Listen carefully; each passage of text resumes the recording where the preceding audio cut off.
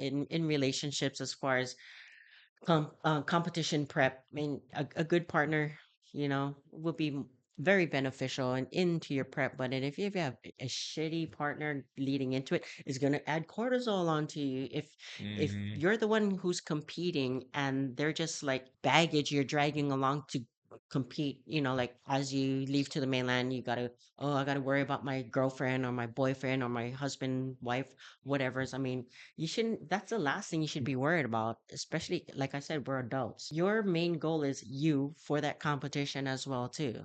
But after that competition, you make sure you give them some time back, especially if they were tolerable and they helped you and they cooked your food and they put up with Absolutely. your temper, put up with your selfish bullshit during the prep. As soon as that show's over, you make sure you wine and dine and you fucking treat them right and make sure that you make up some of that time. Heck yeah, you better butter them up. Yeah. Wait after the contest, you take a week or two, don't worry about the gym and just give them as much attention. Show them you're grateful because for 3 or 4 months they had to put up with your shit over a goal that only pertains to you. Yep, it is. That's usually the advice I tell when people are in couples and they compete and they say, "How do I handle this?" That's what and I'll tell these significant others, like, listen, here's how he or she's going to be. You got to be ready for this. The more you help them, the smoother it'll be. And then I'll make sure he pays you back after this is over. That's Hmm. how I think that's the best way.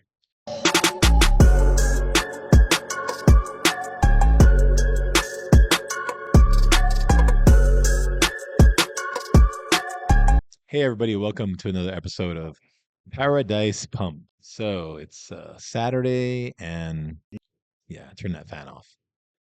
And, we got a couple topics. I think there was a show this past weekend, well, yesterday and today in Vegas. It was the Masters USA Pro Qualifier. So, That was yeah, a fantastic show. yeah. Did you see some of it? Did you, or see, the highlights or anything? Um, I watch highlights. I do not have the time to sit down and watch every single division come through. Yeah, yeah. But I know we had a lot of Hawaii competitors that went up, especially in Yeah, there girls was A lot of bikini. white competitors. Hawaii. Hawaii. Oh, A lot of white, a lot of white competitors. exact Yeah, opposite. Wow. yeah, exact opposite. No, because it was all bikini girls, I think, From and there Hawaii. was one body. What Brian Copeland was How bodybuilding. did he do? I don't know. I think today's I think bodybuilding. today was it. I didn't see the update. Yeah, Um, I think they did girls, mostly but girls it was yesterday. all girls. Yeah, because I don't think they even Brian's even done yet. Like I think it's not. It's still going on. But the women, they all got their placings yesterday. So yeah, because there was a bunch of them. I think like I want to say there's like 4 or 5 that I know of that are from here. Carly, Kat, Muneka, Kiki, Hmm. and That's 4. Yeah, there might. I mean, I'm pretty sure there's one more maybe there that was I another missed. one. Yeah. Yeah, yeah. So I don't think anybody got their pro card in the bikini division, but they brought it. Hey, They came to the congratulations stage. to y'all who even Yeah, went up to compete at nationals because, that's what I'm hey, saying. it's nationals. It's huge. You just don't go to nationals to waste money or to go to nationals for the experience, Yeah, yeah. you I know? mean, I was talking about it was thinking about this stuff was like competitors that they get very nervous, right? When they go to shows and I get it. I think the nerves, that's part of the game, that's part of it. You get on stage. So I can see the nerves being a thing, but I think some people don't, and I think we've talked about this, how cortisol can really jack you up and just other factors involved. And if you're to the point where sometimes you're so nervous that, you're just yeah, you're going to the bathroom a lot, you're having all kinds of issues. It can definitely have an effect on your overall look, your overall physique. Unlike sports, for instance, like somebody getting ready for to play a game and he's nervous, goes to the bathroom, he gets it out, he gets on field, and it performs right, and you can still do it. This is based off of your body, Your right? And your look. body kind of goes into this weird mode, this like survival mode almost, and that's where you spill over a lot of times. Sometimes you flatten out. A lot of things happen when that stress, the stress hormone kind of kicks in. And I think people don't or they don't understand how important it is to try to be calm, right? To try to find something that will make you relax, maybe, not get so scared or nervous. I don't know if scared is the word, but I feel like that's part of it. Or they're so worried about doing well, or because I always feel like at this point, I mean, yeah, if okay, you're a masters, you're competing in masters, like have fun, right? I think it's more like why, because 99%, I would say, okay, at least 90% of them, they're not doing this for a living. They're doing this as a secondary thing for fun, hobby. Maybe some of them are on Instagram. They have content. They're making money from content competing. Okay, but I feel like by the time most people are masters, it's not really like a career choice anymore. It's probably more of a hobby and a goal. And I get it, but I think if you look at it more like just fun, maybe that'll take away the nerves a little bit. I don't know. I mean, there's so many moving parts talking about nerves, getting on stage, and how to mitigate some of the nerves. I mean, people go to extremes. Um, I heard people doing a little bit of psilocybin or Mm, drinking a little alcohol before they get on stage and that's sorts. common. So, people meditate, some people shadow box. Why don't we use it in percentage wise? Somebody who goes to the show, they're peaking good, everything looks good right up to the show. They get there, say 24 hours prior, right? Or maybe let's just say 48 hours prior. They go to check-ins, okay? The night before, right? The day before, they go to check-ins. Now the nerve starts kicking in right there, right? Because now they're there. I'm here at the show. How, what percentage of their physique do you think would get affected to where those nerves could actually like depreciate their overall look? Do you think 5%, 10%, 50%? Like if you were to break it down for some people who really have bad nerves. A lot. I'm gonna overshoot this for these reasons why I would say nearly almost close to 80%, maybe relative, give or take a few, of your physique could get compromised because of cortisol, your nerves, and everything like that. Because once you pass a certain threshold, there's no magic pill, no magic. There's nothing you can really do if that person is already like gone over the deep end with stressing Mm, out over the show.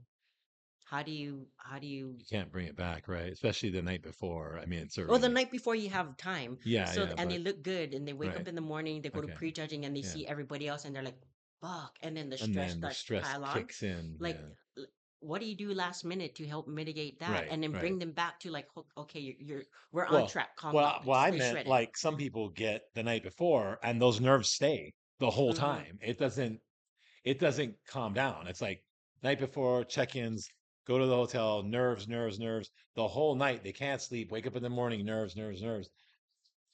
There's nothing like it was bad from the time they went there.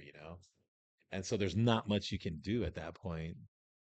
Jed, what do you think? It's really last minute, like nothing you can do. I mean, a certain point, but that's if you know you have somebody that's going to get nervous, you got to start prepping their mind early in the prep, getting them ready. Like let them know. At the same time, you can't lie to them. You got to let them know what they're facing. You got to make sure they're confident in how they look. And before they get there, so they know what to expect as much as possible. But there's just some people that get. I know I've had them before too. They're all confident and they get backstage, they get really nervous before they go out there, and it's just like, Yeah, and yeah, they can look really good and they know they look good. Like they look good. Like you look great the whole time. Oh, you're ready, you're ready. But it's the stepping on stage and performing. That's where the nerves kick in because they're scared of that. I've seen them start putting on water right before they go out, and then when they come backstage and calm down, it goes away. I've Mm, seen that quickly change mhm. because once they get off the stage and they calm down, they take a deep breath, sit down. All of a sudden, you're like, man, you're drying out again. Yeah. And so I've seen it. Interesting, huh? Yeah. So, like I was saying too, like the night before, you can still talk them down, talk them off the cliff. You can still do a little bit of damage control. But like how Jed was saying, right before they step on stage, the water starts to come on. What do you do for damage control? You can't do shit. And from experience, you gotta have a little bit of like just not giving a shit. Mhm. Yeah, That's what I'm saying. yeah, you gotta know your routine. I get all that, but at the same time, when you step on stage, if I forget, fuck it, I forget. I'm just gonna go through with it. You just like gotta like not care a little bit. Yes. That's what I was saying to Mel earlier was you gotta just be like, I don't give a shit. Like I'm here to do this. I like to do it. It's fun. I don't care. Because I think a big part of nerves is you're worried about what people are gonna say about you. Well, first of all, Yeah, this is a competition. Second of all, you're standing on stage, hot lights, in front of 5 to 7 judges. You know what the fuck you're getting into. You're being judged. Yeah. How much of that you want to put on you, that's up to you. But Mhm. if you're gonna let that bother you, then fuck, maybe competing isn't for you. Yeah. Oh, that's true. if someone gets nervous, because I've had clients that don't want to strip down and pose on the stage in here. Hmm. I'm like, why don't they just make the back room the pose room? Well, because if you can't stand on that stage while everybody's working out in your fucking underwear, you're not going to do good when you get on stage. That's true. Because there's going to be like 10 times the amount of people, and they're not going to be working out. They're going to be looking at you while Yeah. you're out there. So if you can't handle practicing while people are in the gym, you're not gonna make it on stage. Yeah. Yeah.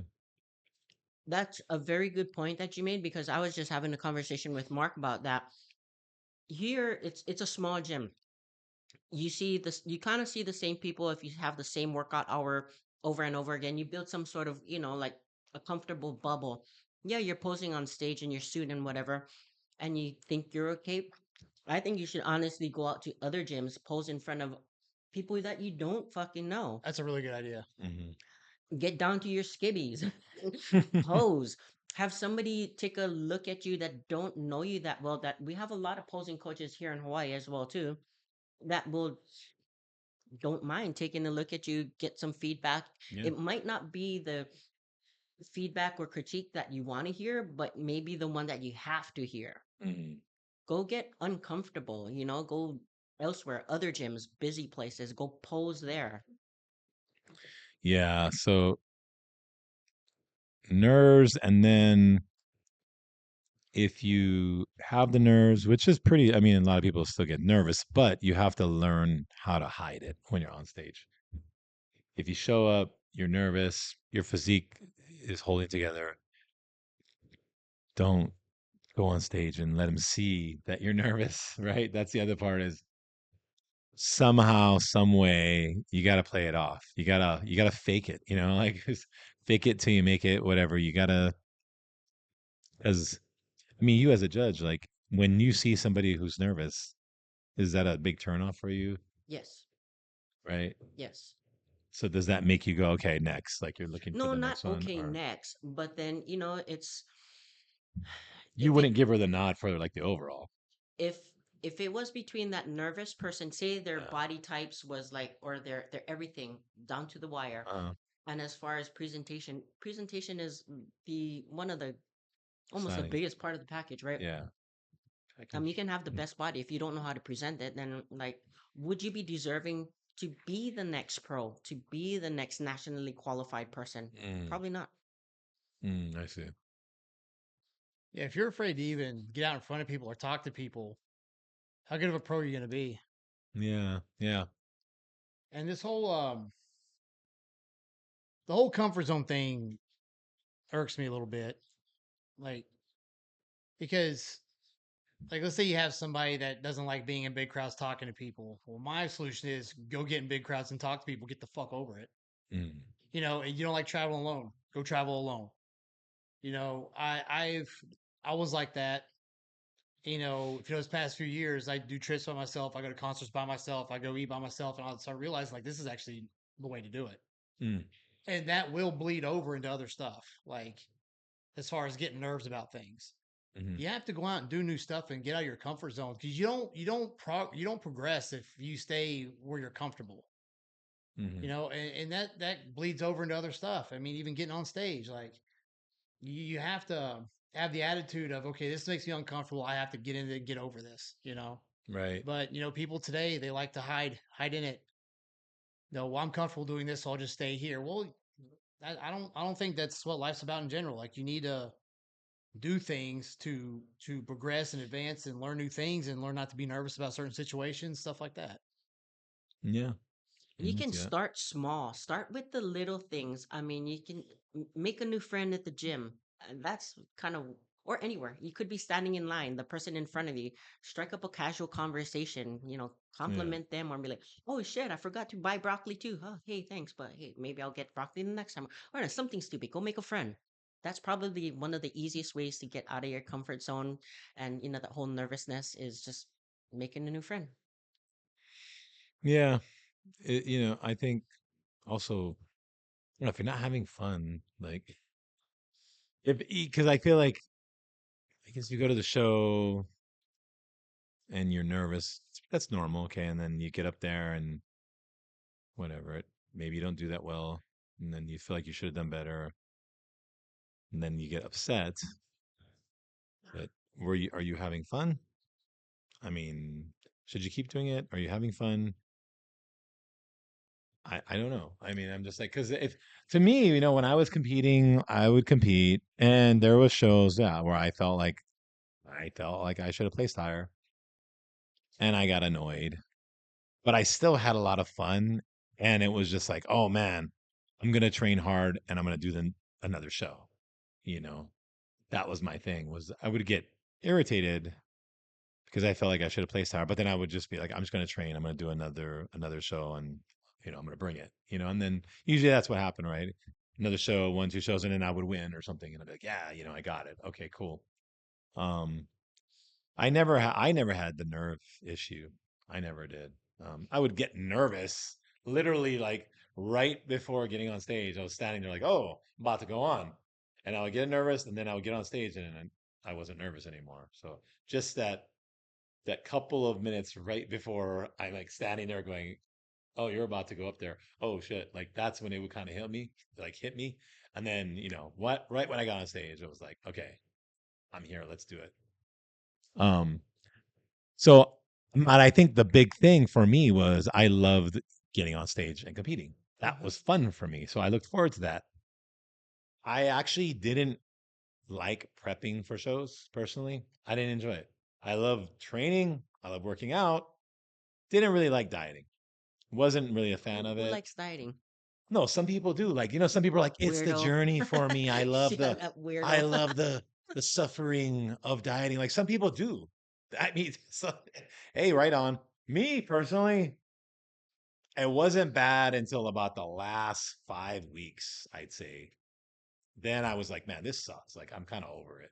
You know, I just want to be off this diet. Yeah. Training was great. I always loved training. Dieting, didn't like that as much. But competing, loved getting on stage, enjoyed doing shows. So that for me was the part. So I don't know. I just think fun. You gotta, if it's just miserable and you're not having fun, then I don't know why you would keep doing it. I was miserable. I don't like dieting. I don't like suffering. I Yeah. like my sleep. I like my food. I'm not gonna lie. But I like looking good. I'm vain. I don't care. I like looking good. Right. So overall for you, I mean, there was a part Yeah, that that you really liked. Right. Exactly. There was something about it that you liked. and Right. then the whole getting on stage part and doing the routine performing and all of You that. like But that too. I love that stuff as well Yeah. too. That was fantastic. So there. So you have that. Yeah. Mm-hmm. What about you, Jed? Do you like it? Do you Yeah, like prepping? You like all yeah, that stuff? I liked it. So do you like getting on stage too? I didn't at Ah, first. see, there you go. See, it's different. You see, so you enjoy the prep more, not so much the day of the show getting on stage. Yeah, Okay. See, I was the opposite. yeah. I I love the getting on stage. I look forward to that. Speaking about not giving a shit Yeah. on stage, if there's one prime example that I could give of not giving a shit, literally, like it would be Jed's example at Sean Ray's show at the Shell. When the bird oh pooped on god, you yeah, and the bird shit on me. and you're Oh just like, oh fuck. I mean, how much more worse could it get than yeah, that, right? You didn't give a shit. You're like, fuck, I'm here already. Might as well finish this yeah. off. Wipe it off, get back out there. What are you gonna do? Like, oh wait, I'll be right back. Well, that's cool that you played it You off. can't you Yeah. Yeah, can't do that. Yeah, I played it off until I got backstage.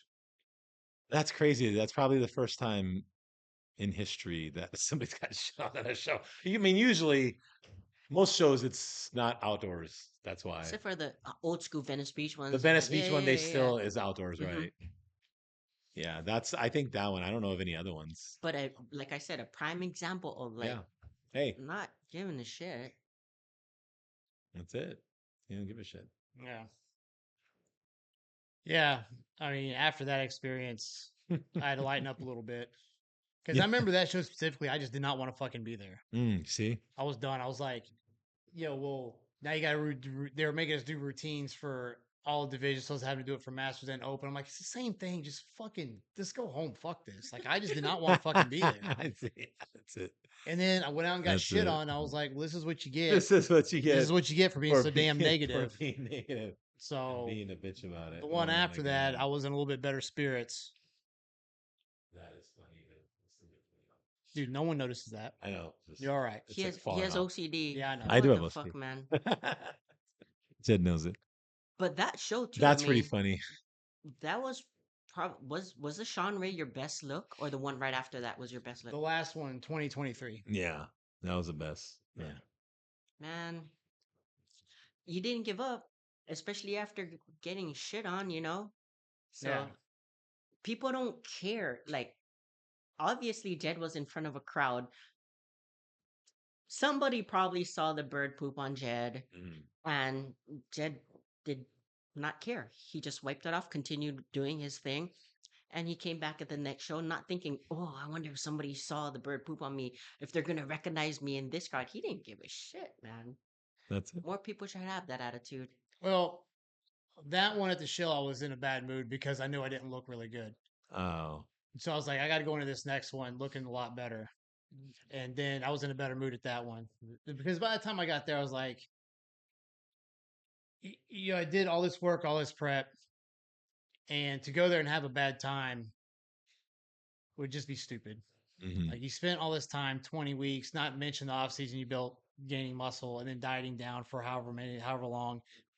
And now for your whole 90 seconds on stage or whatever, you're just going to be in a shit mood and ruin it.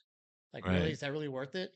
Yeah. Like, you need to be getting everything out of every second back here, backstage, on stage with your friends or whatever, because, you worked so long for this very short amount of time. To go there and have a shit attitude just kind of defeats the whole purpose. It's not worth it. Do you guys think that bodybuilding is a team sport? Or do you think that It could be, It can be. but before we answer that okay. question, hold on to that thought.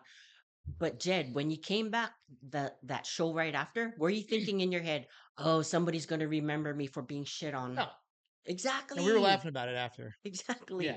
I think if you like peed your pants, they probably would remember that. If you peed your trunk, somebody would remember that. That would never go away. That'd be a thing that people do you remember that dude? He peed in his trunks. Bird shedding on you? No. It's not big. Yeah. I don't think so. Peeing in your trunks, yeah, or a girl peeing in her, yeah, I think maybe that. But again, even that's not it's not like the end of the But world. you It's wasn't like, thinking like, "Oh, they're gonna remember me for yeah. being shit on." Well, the reality is you can't control the bird taking a shit on you. If you went up on stage and you were like, "Ugh," you just fell, flipped upside down, hit your head. Well, Drove that's off the yes, fucking drove up, stage with yes, a yeah. golf cart, almost That was the hitting the kind of on trophies you, and right? judges. That was on you. Like that's on you. A bird taking a shit on you. Yeah, you can't control where a bird's gonna shit. Uh, hey, shit happens. Or else what happens, you just got to have a laugh about it, move the That's fuck it. on. Yeah. That's That's it. all you can do. So Back to your question. Go ahead I again. was bringing this up, yeah, as because I'm basing it off of like as a coach, and there's coaches, and then there's the clients. You could consider it a team sport because the coach is there guiding the client, prepping them for the show. It's a team sport, and maybe, but the person, the client's the one who's going to be there up on stage by themselves, right? The reality is, I don't think that. To me, if a client gets on stage, I don't, and they do their show and they give it their best, I personally won't get upset. I won't, you know what? Like if they went up there, they did their best and they came in last place, whatever. I would never get upset at the client. They did everything they're supposed to do. And yeah, whatever. Maybe they didn't give, maybe they didn't give their best performance, but fine. But I'm like, well, that it is what it is, and it's fine. I would probably get more annoyed if I felt like the client should have done better as far as the placing went. And I was like, wow, I feel like you should have placed higher. Maybe you got robbed, whatever. Um, but overall, like, yeah, I wouldn't, for me personally, I wouldn't really get upset at my client if they did everything they were supposed to do. And that's the best that they got. You know what I mean? Like they gave it what they had, and that's the best that they got. That's it. I'm not really gonna get upset at them.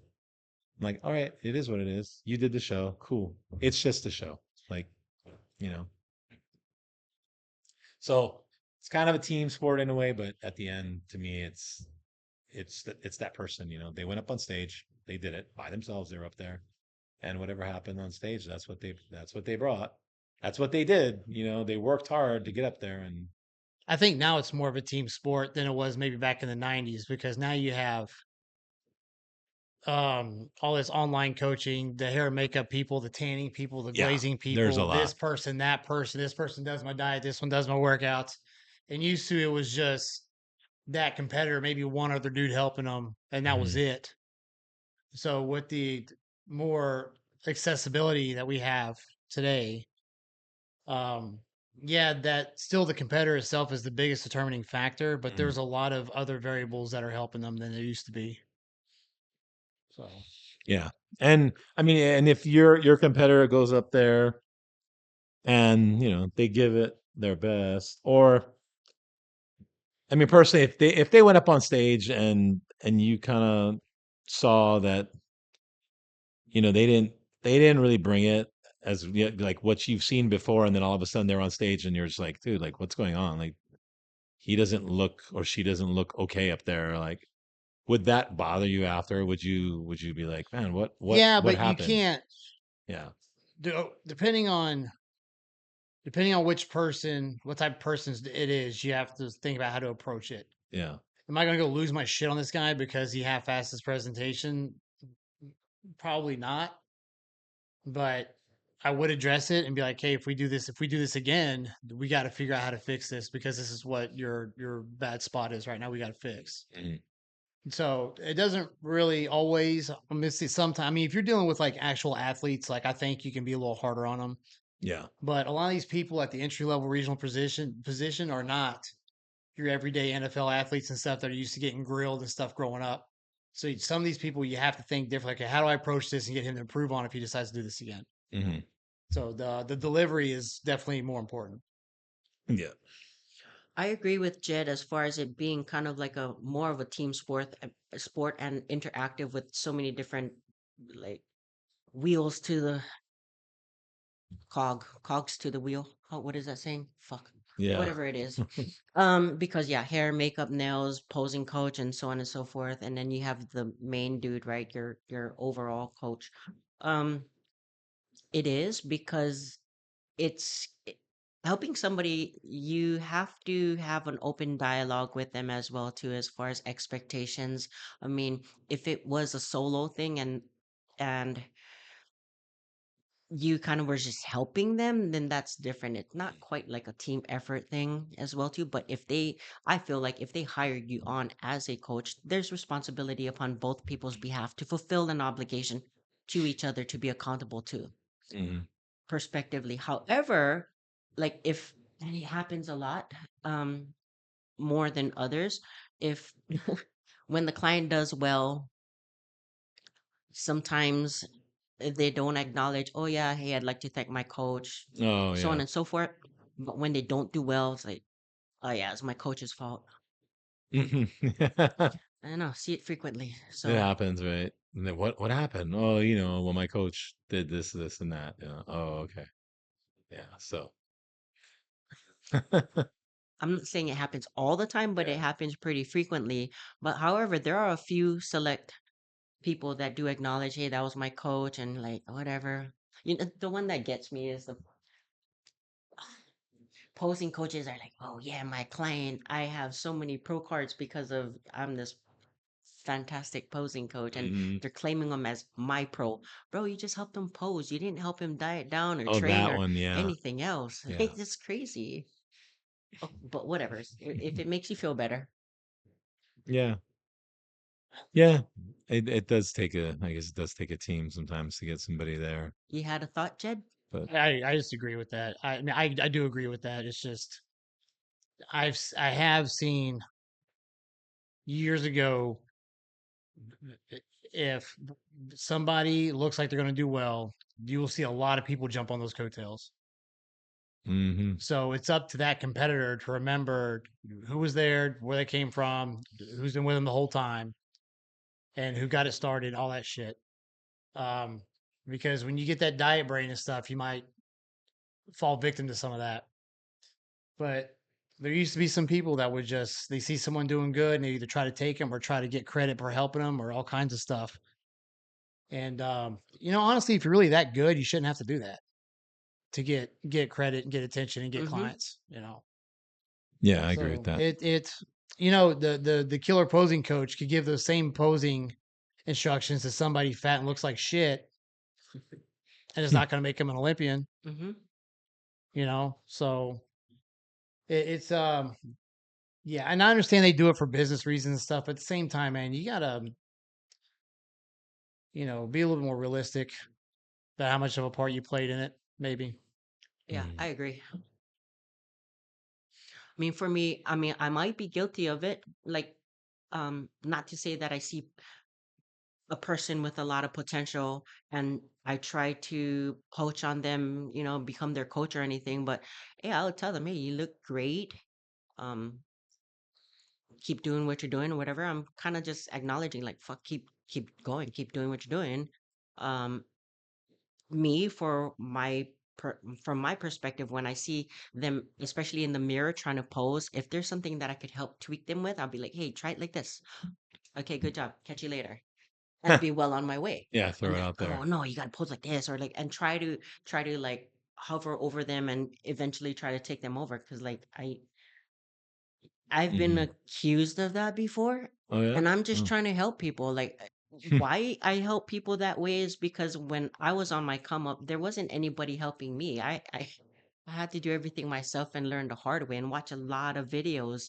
So if I could help somebody and be like, okay, that spared them a lot of time, like great. I don't Mm. know. Yeah. Maybe I do too much. I'm gonna stop doing too much then. Yeah, sometimes you get in trouble for doing too much. Right? So that you're so helpful that sometimes it backfires on you, a little bit. And I see that. personally, like I'm not trying to pick them up as a client because like I don't want the work. I don't want the responsibility. I just see something. I'm like, that saying, see Yeah. something, say something kind of deal. My whole thing when it comes to that is, I mean, if they ask me a specific question, then I'll answer it. Sure. If they're like, hey, a very specific question, I'll answer it. But if we're just talking and they're just bringing up things, I'm not going to go out there out of my way and start giving them advice. You know, we're talking about something. I'm not. There's no specific question. We're just talking about competing or whatever. I'm not going to give them advice unless they want, and then unless they ask me a very specific question, then I would consider it like, oh, okay, I'll answer it. But that falls back on them. Like that person asked me a question, so I answered it. I'm not out there just throwing out advice and then I don't know, their coach is like, "Oh, he said what? Oh, really? He was telling you to do that, really?" And when like they asked me a question, yeah, I answered it. Like, I'm gonna so be like how Joey Swole says, right? To mind my own yeah, business. that's it. That's how I feel is the best way to go. Like you said, you're just being helpful. No good deed goes unpunished. I So mean, like it's like, for us here, we kind of kind of old school style. We kind of do still rely on each other, like a little bit. Hey, what do you think about what have you, right? yeah, I yeah. mean, even speaking of that Sean Ray competition at the Shell, what we had, oh my God, we had that was like the hugest class of boys that we had here, right? Probably there's like 12 of them that There competed was a that day, bunch. Yeah. and then a The men's lot of the physique. men's Yeah. physique boys. were posing with each other, and we were holding like Man, yeah. It posing was sessions popular. here. It It was was popular. crazy. Yeah. And I Damn. mean, I had my client that I was helping out and everything, but I was there videoing, trying to help Tyler, but I'm seeing the rest of the boys, and I'm like, hey, we could improve your physique by doing this. And a lot of them were taking great feedback, and it was fine and good. But I mean, I'm gonna not do too much anymore. Well, hey, I don't blame you. I don't blame you at all. That attitude, I've had that attitude for a while, to be honest. Like, hey, whatever. You know, like I said, if somebody needs help and they ask me specific questions, I'll answer them. But for like the most part, yeah, I'm not. Nah, it's all good. Be like, hey, good job, man. I'm walking by. That's it. Just like leaving it alone because people get emotional nowadays. I feel a lot of over emotional people nowadays. Yes, people take things too Man, personal and too emotional, they take it definitely. next level Yeah. sometimes when it shouldn't be that way to me anyway. But Going back to this nervousness thing, Jed, how do you mitigate either yourself or your clients going up to the on show? Myself, I just learned to get over it. I used to get really nervous. I'd done it so many times by then, I just kind of got over it. So, um, other people, it's really hard. I mean, you try to get them confident, they act confident, but the minute they walk on stage, it all changes. You know, hmm so it's the yeah, only thing I can do is get them to look as best as they can, so that they're more confident. yeah, And I am honest with them. I'll tell them like, hey, like let's say somebody's natural going into a regular NPC show. I'm going to make them aware of what they're going up against. Like I haven't had a lot of competitors in a while. I have one or two here and there. And I how I deal with their nerves, I have to do it by the person. Just judge how they are and learn how to approach it. But the only thing I can do universal is try to get them to look as best as possible with what time we have. hmm Um, yeah, that's about it. Myself, I just did it so many times that I finally got over it. I used to tell people, look at the lights when you go out there so you blind yourself and you can't see anybody while you're out there. Just look straight forward at the wall at the back or something like that. Don't look at the judges looking at you. Don't look for your mom out in the crowd. Just go out there, look at the wall, hit your poses, get the hell out of there. And then once you get more comfortable, then you can start doing that stuff. hmm You know. Yeah, that's good. What about you? What do I? How do you deal with your nervousness Mm. and or your clients' Well, my nervousness? nervousness has never been a problem. I don't know. Since my first show, I never was really. I was nervous. Like I said, I was.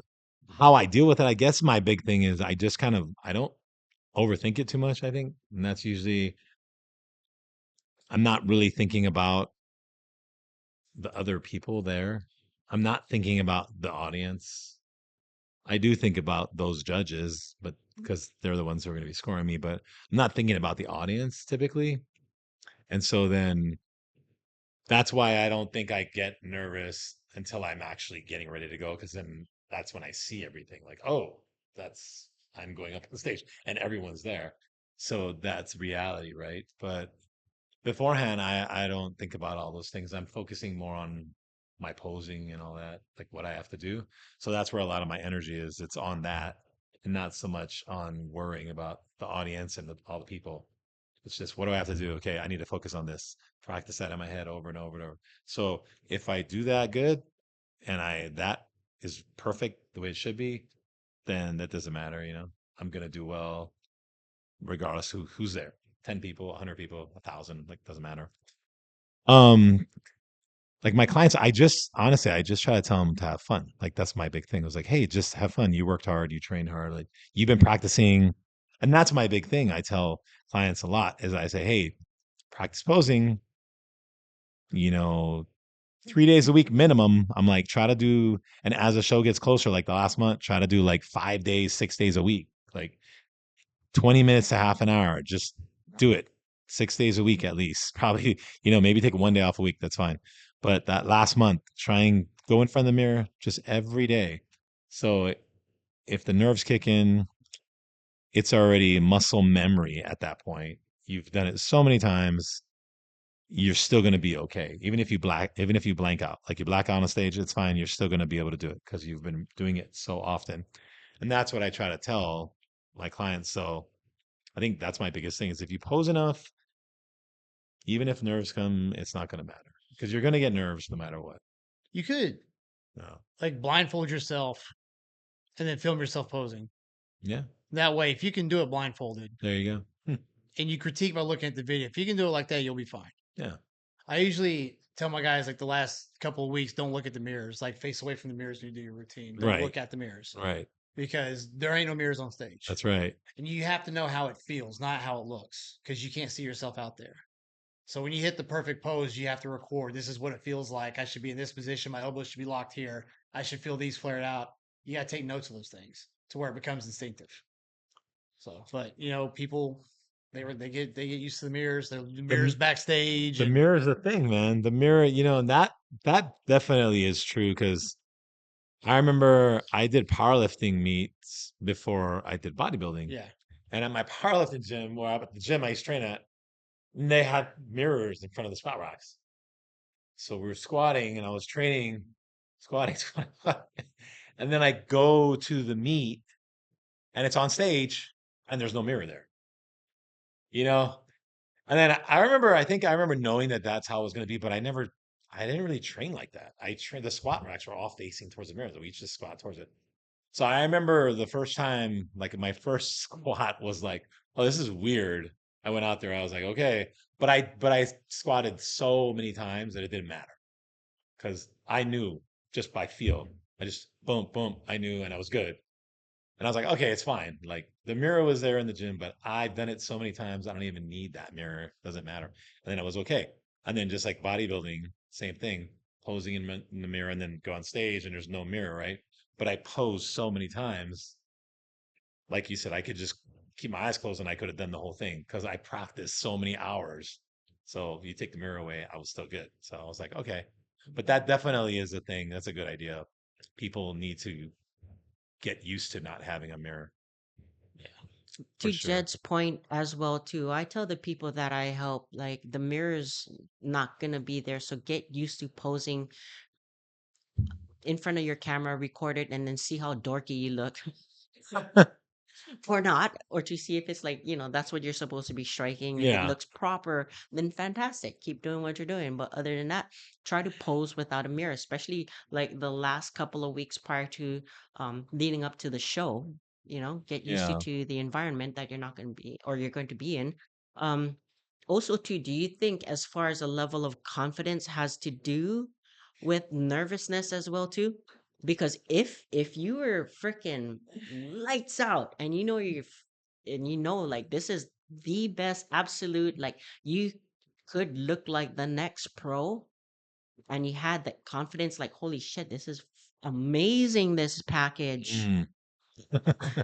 Would you go to the show and be nervous, like oh my god, like, oh, what are they gonna think of me? I don't think you would be as nervous, probably. I think you would feel probably better about it, right? Like, oh man, this is the best I ever looked. I know I'm going to kill it. But I'm sure there's still going to be nerves if you're a nervous person. But yeah, I think that helps a little bit.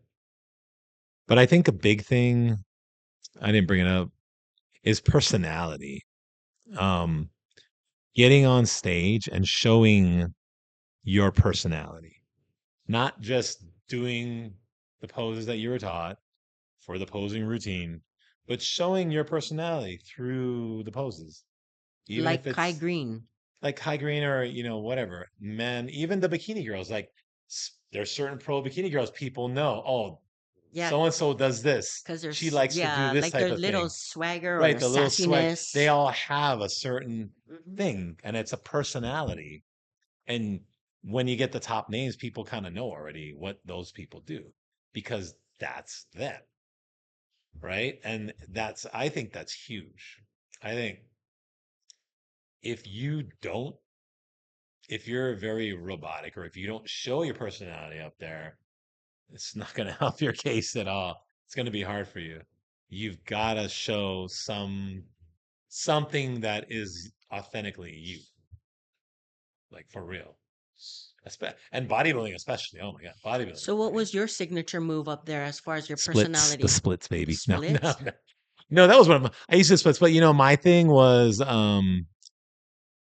as I, yeah, I was always kind of entertaining. I guess I would do.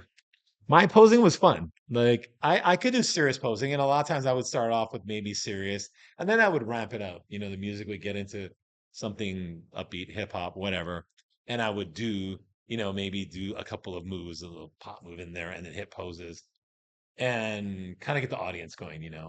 Interact with the audience a little bit, so get them into what I was doing.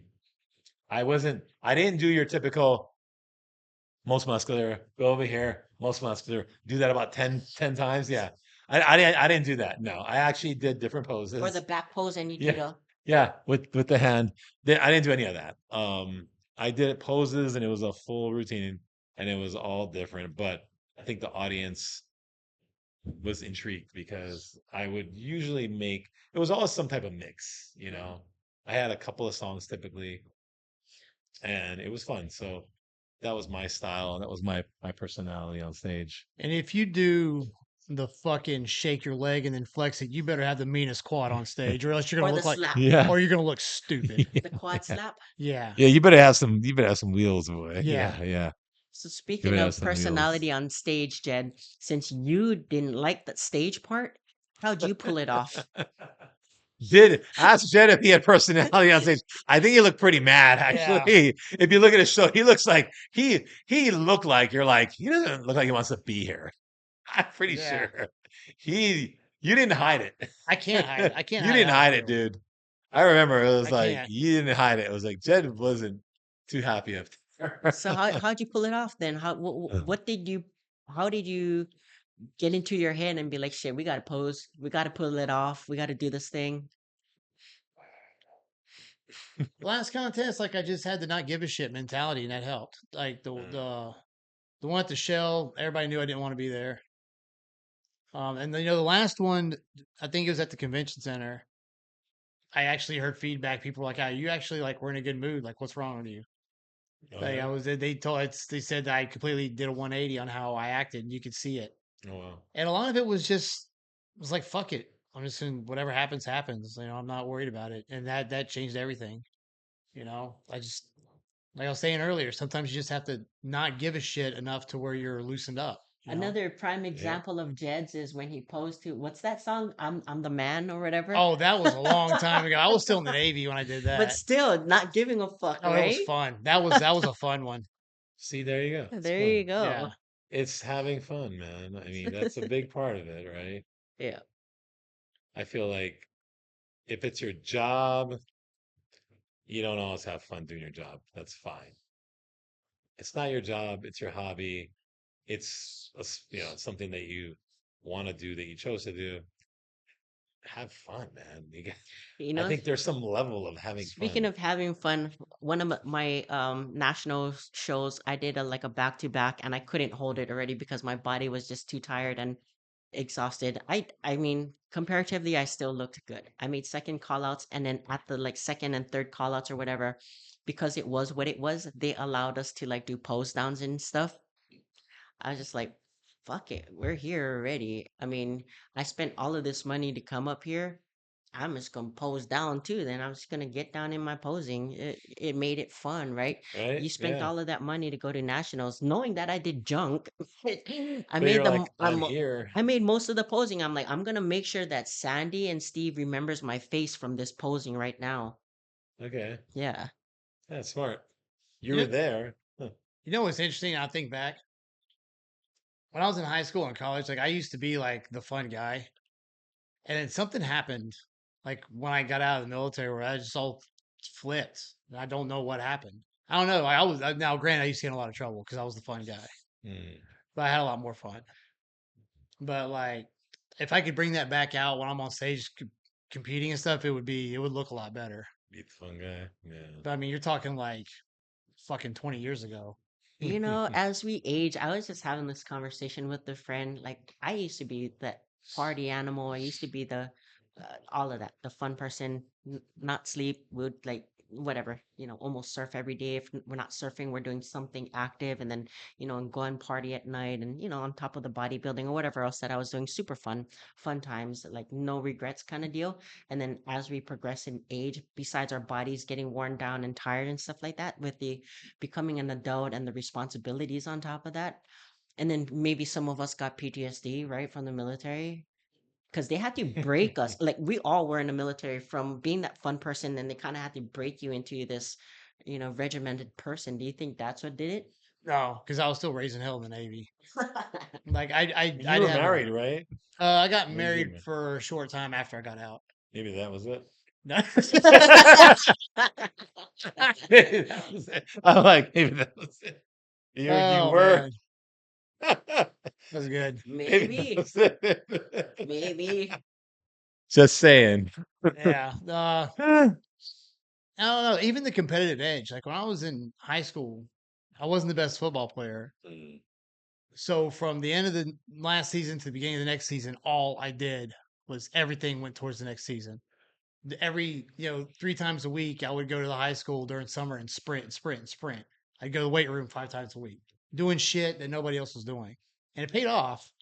Mhm. But, now I'm trying to get back into it. I'm like, where's that guy now? Where's he at? Why can't I dig that back Mm. up? And that's been bothering me because I used to be really competitive. Well, I don't think that you may never see that guy again exactly. It's probably still there, right? There's that person is in you, but I don't think that you're not going to see that exact person.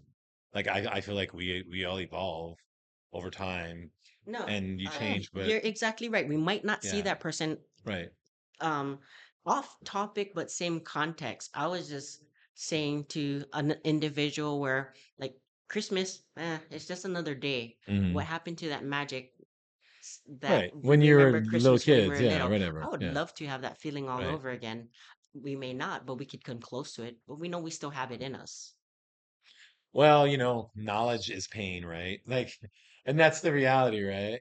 As I think as we age and then as we get a better understanding of our lives and of the world around us and what's going on, I think it kind of ruins some things, It does. that perception of, hey, the world is rainbows and lollipops and all this stuff, right? As you're growing up, and then you start to find out, no, it's not like that, and We things all we all happen, need to go back to being like that Peter Pan and that would be and never great. grow up. Right, that'd be great when you're like 8 years old, 7 years old, and you're like excited Christmas Day, and you really believe that Santa Claus was real and all this stuff, right? Oh, that'd be fantastic. But you're never gonna go back to that. But I think you can put yourself in a state of mind to be happy. I think in the moment, like in those moments, you can, be like, all right, hey, I'm gonna be in this moment. It's You're Christmas. right. You can be in the It's moment. Christmas. Yeah, and be in that moment. I don't think you're gonna change and go back to the guy that you were. I used to be when I was younger too, and I still have pretty good energy, but I think, probably a lot more energetic, but I also was very naive. I didn't have the knowledge I have now. So I think that has an effect, that knowledge has an effect on how I am now, for sure. I'm with Jed though, man. I would love to have that energy and that fervor for life all over again, and be like, yeah, that discipline, especially in and out the gym and meal prepping, and all of the little nuances of things that was overlooked when I was on my peak. So I mean, I think you could still do that to a certain extent, create those goals for yourself and do it. Maybe not the same that you did before, obviously, but at least create the goals and maybe, downsize that a little bit from how it used to be. kind of I sucks think though, so. right? I think When so. we were young and crazy, we can go full throttle, pedal to the metal, and Hmm. now it's more like half speed, quarter speed. Well, let's be honest. If you did the type of workouts, maybe, or train that consistency that you were doing when you're in your 20s or whatever, Yeah. you're gonna be beat up for a while, right? You're gonna be like, oh, 2, 3 days after, going, oh man, I'm still beat up from that workout.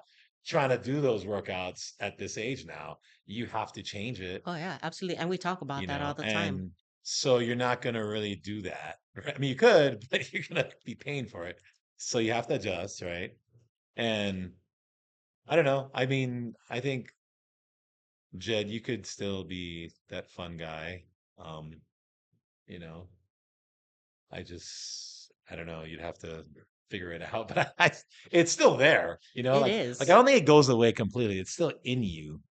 It's in there, but you just got to find things that'll pull it out, and you got to find something that would inspire you. Yeah. I think also we're in a world now that I wasn't in back then, Well, that's a big one. where you can constantly talk to people, constantly be look out for distractions, constantly be connected all over the world.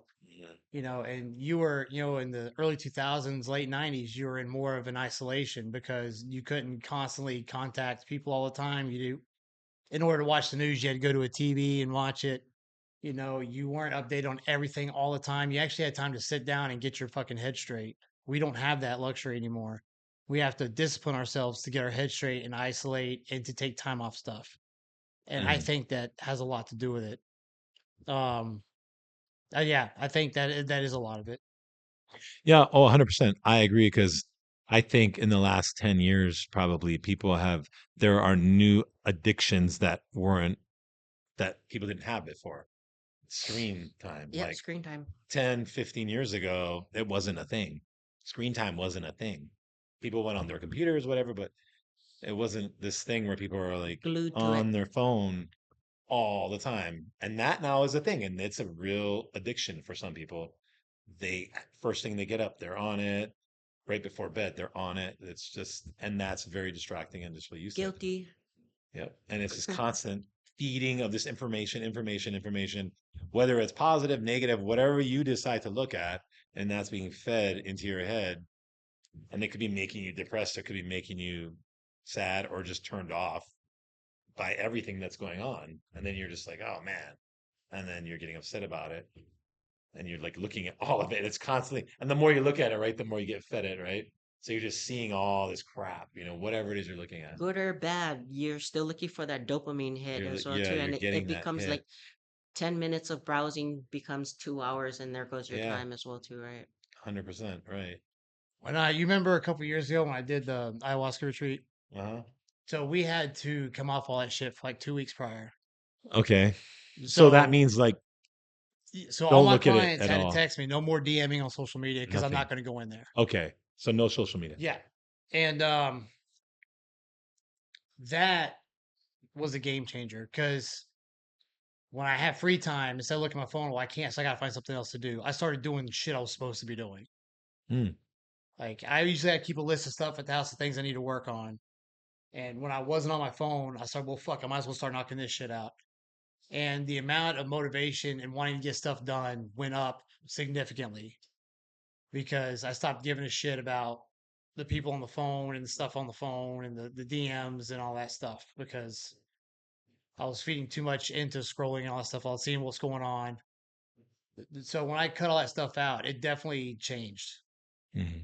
Yeah. That's why I say the distraction stuff like are a big, I don't say holding people back, but being able to concentrate and be competitive and stuff. Sometimes I think it does interfere. Yeah. No, I can see it. I just I'm still mind blown when people are in here working out and they're like carrying a full conversation on the phone Yeah, I or would. something. I'm like Yeah, I I'm don't like, like how are that. you even working out on your on like not just like a quick 30-second, like it's like a full thing, full conversation, and they're like Bench pressing and they're lifting weights. freaking Yeah, and I'm like, I mean, cardio, maybe I could see that. You're on cardio, okay, whatever, that's fine. But on the phone lifting weights, I'm like, how do you even I can't do it. I can't do it. Sorry. Like I need to focus on what I'm doing when I'm lifting weights. So I don't know. But or people just always like scrolling right the whole time in between sets. I've seen that. I watch that. Sometimes people will do their set and then right away just like and they're I don't know what they're doing, just random stuff, right? And then you watch and you kind of I see in 3 minutes, 4 minutes go by, and they're like, oh, and they put it down, like okay, like they're losing track of time, right? They do their set again, back on it again, and they're like, and I'm just watching. I'm like, are you really getting a good workout doing that? I highly doubt. Your brain is not even engaged. You're sidetracked over here on this phone, and you're just doing sets. You're not like in the workout, locked in. And if you don't answer that message immediately, nothing fucking changes. Dude. Most of the time, it's not even messages. Yeah. It's people just looking at shit. Yeah. Like, I'm thankful to say most of my clients leave their phone on the shelf. They don't bring it with them. When I don't leave, I don't have my phone on me when I train people. yeah, I yeah, was real bad for that many years ago, and I made a note to not have my phone on me when I train people. yeah. So That's one of my peeves as well too. If I'm training you or you're training with me, yeah, we're wasting Don't. time if you're on the phone. Yeah, Like, is yeah. that text message that imperative that you need to return it right away? Right. Is somebody dying or accident, whatever, there's emergency cases, sure. military exception. Yeah. Yeah. But if it's Right. your boyfriend being like, "Oh, when you coming home?" or Yeah. girlfriend, Fuck that. I mean, like, bro, Quit being how insecure, old are bro. we? Yeah. Like, shut the fuck up and let's get through this workout. The sooner we get done, the sooner you can go text this person. Yeah. See, so again, I mean, these are things that we weren't dealing with 20 years ago, right? If it's It a wasn't. if it's me and it's a girlfriend, like when you coming home, what are you doing? Hey, bitch, you know where the fuck I'm at. Show up. Come here if Yep. you think I'm doing something I shouldn't be doing. Mm-hmm. Instead of texting me, like get your ass over here. Maybe it'll do you some good. Come in the gym. Right. Oh, you want to spend time with me? Come to Yeah, the come gym. on. You You think know I'm where I cheating? work. Come to You the know where I'm gym. at all the time. I don't have to respond to every fucking message. You know where to find me. Mhm. You That's know, funny. it's crap. That's funny. Yeah. See that other part as well too, like in relationships, as far as competition prep. I mean, a good partner, will be very beneficial and into your prep. But then if you have a shitty partner leading into it, it's gonna add cortisol onto you. If Hmm. you're the one who's competing and they're just like baggage you're dragging along to compete, like as you leave to the mainland, you gotta, oh, I gotta worry about my girlfriend or my boyfriend or my husband, wife, whatever's. I mean, you shouldn't, that's the last thing you should be worried about, especially like I said, we're adults. Yeah. They your main goal is you for that competition as well too. But after that competition, you make sure you give them some time back, especially if they were tolerable and they helped you and they cooked your food and they put up with Absolutely. your temper, put up with your selfish bullshit during the prep. As soon as that show's over, you make sure you wine and dine and you fucking treat them right and make sure that you make up some of that time. Heck yeah, you better butter them up. Yeah. Wait after the contest, you take a week or two, don't worry about the gym and just give them as much attention. Show them you're grateful because for 3 or 4 months they had to put up with your shit over a goal that only pertains to you. Yep, it is. That's usually the advice I tell when people are in couples and they compete and they say, "How do I handle this?" That's what and I'll tell these significant others, like, "Listen, here's how he or she's going to be. You got to be ready for this. The more you help him, the smoother it'll be, and then I'll make sure he pays you back after this is over." That's Hmm. how I think that's the best way. I had a competitor who's all the way, like, the whole leading up to the show, he was kind of being supportive of her, like, oh yeah, that's great that you want to do this, that you have these goals. But like there would always be fighting, even like night before into the day to the show, when like a few days prior, 2 days before the show, I was like tanning her. I'm like, oh, you look great, you look great, the cortisol thing. They had a fight that morning. I was like, what the fuck Really? The happened? morning of the show? Wow. Yeah, completely washed out. I was like, dude, like, he couldn't just shut the fuck up for one day.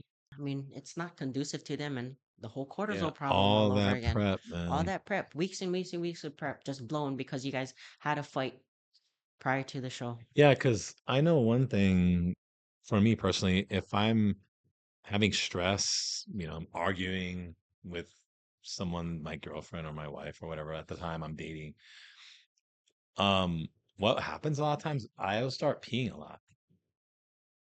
That's my body's reaction to high stress. Yeah. When we start fighting, I have to go to the bathroom. I'll start peeing like often, like every half an hour. I gotta go to the bathroom, gotta go to the bathroom. My body starts reacting like that. And if I'm doing a show like the next morning, right? And here I am peeing. What is that? What's happening right there, right? Flattening out. Yeah, drying out, Yeah, I'm flattening out. My body is flattening out. going to be imbalanced now. I'm Mm-hmm. probably going to show up flat and smooth Mm-hmm. because whatever water I had in those cells now, it just came out. My body's releasing it because of cortisol. That's guaranteed 100% cortisol levels went up and my body started having to go to the bathroom. Exactly. And how do you do damage control when you got like 12 hours before you step It's on it's stage? crazy. It's hard. How are you going to put all of that water, all of the everything back into your glycogen, back Yeah. into your muscle and Oh, not you're have playing it with go under fire your now. skin, I mean, you're right? playing with fire now. You don't even know. You're gonna be like just experimenting. Like, Mm-hmm. okay, let's start drinking some more water. Let's see if we do it. I mean, you don't even know. Nope. You know. So at that point, it's just like, well, hopefully you don't look too bad. Mm-hmm. That's it. Because yeah, my body reacts like that. I start, I'll start peeing like literally every half an hour. I'll just start, and a lot. It's crazy. Yeah, I've seen it before at national shows with people that I do personally know that for whatever reason, like the other half couldn't hold it together, Hmm. and like just be like, we're here for you. I'm gonna give my attention to you. Yeah, we might be indifferent about our opinions right now, but we'll just hold off and wait till after the show so Hmm. we can figure it out after. I mean, all the way up till this individual went on stage, they were still bickering. I was like, what the fuck? This is the most ridiculous thing ever. Horrible. Mm-hmm. Literally. Let me guess. When the show was over, were they like, "Oh, everything's okay now"? And you know what's crazy? This individual ended up winning overalls at nationals. Really? Wow. Well, they probably were used to the arguing then. They were so conditioned, it didn't even stress them out. But if your other half knows this is like, the pinnacle, Yeah. like don't go to the show or just like shut the fuck up until they're off. That's Hmm. yeah, it is a selfish sport. Super selfish sport. Man, yeah. That's why it's a team sport. It is. And I was going to bring up something off topic, but we were talking about packages, but we were trying to figure out who said it and all that. So I think I was doing some research into it, but and we had said Sean Ray, Lee Labrada too. Like they used to commentary a lot of the shows, a lot of the top amateur shows and pro shows back in the 80s and the 90s. And it was in the 90s where it really started coming out more. Linda Murray used to say it a lot too. Really? Linda Murray, yeah. Huh. She used to do she would do I know hosting she for a was a bunch of the great shows. commentator, And yeah. in the 90s, the late 90s, she would say it often too. And Sean Ray, Labrada, all those guys started in the 80s, and it really in the early to mid 90s is when that term really Sean became. used to do contest coverage on ESPN Yeah, oh Yeah. yeah, before that's Disney where he bought it. did it. Yeah. Yeah, that's where he did it.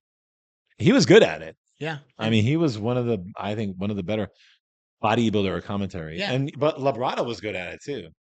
Like Labrada did some good So do you stuff. think Sean and Labrado is a better commentary than Ciccarello?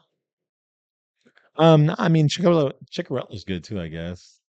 Um, I just remember Labrada and Sean Ray more, but maybe that's just because that was the time, That was the time, yeah. that And era, so 80s, 90s, that's when they came out the 80s, 90s. package. Yeah, the packages started coming. I think it was coined to run in the 80s and then towards the late 80s. And then the 90s is when it was really used often to describe a person's look on stage.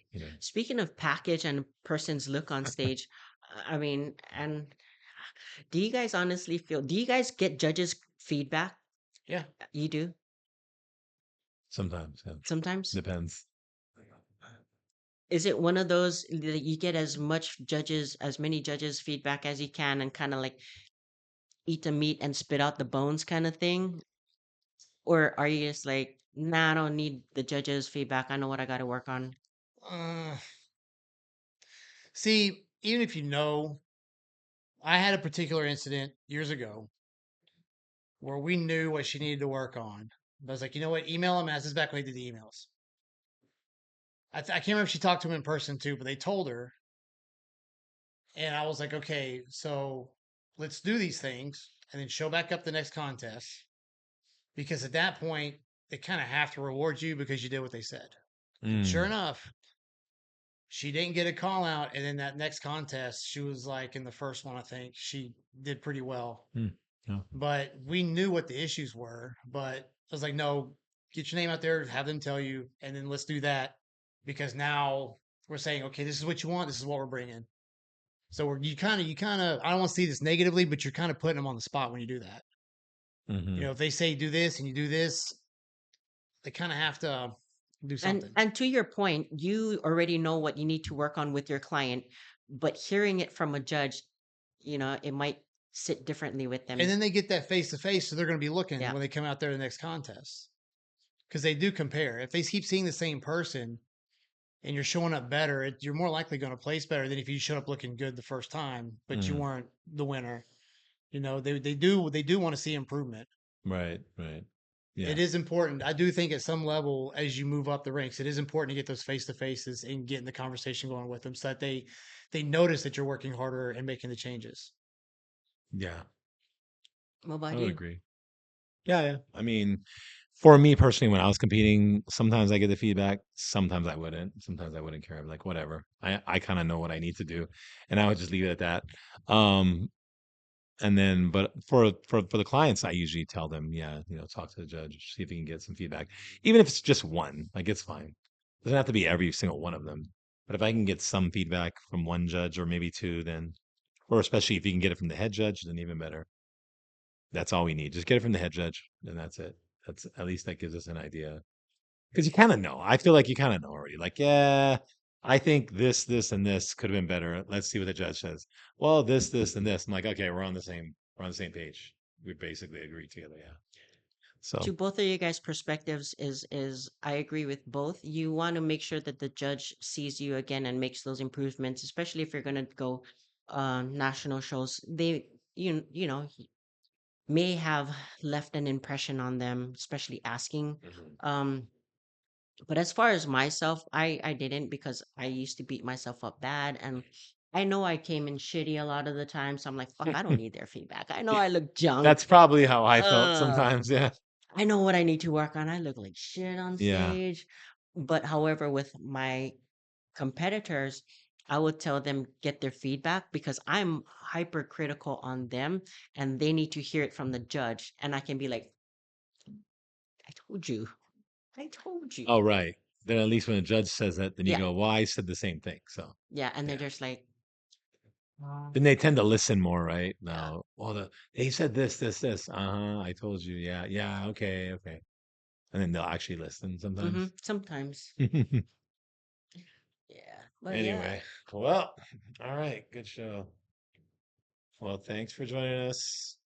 We'll be back next week, Yeah, probably. Yep. yeah. All right. We'll be here next week. Talk about all the shit food we ate Or- Thursday. Oh, that's right. Thanksgiving. Oh, I gotta put Hey. the signs for the hours. Jeez, forgot. All right. Well, thank you guys for joining us, and we'll see you next week on Paradise Pump. Aloha.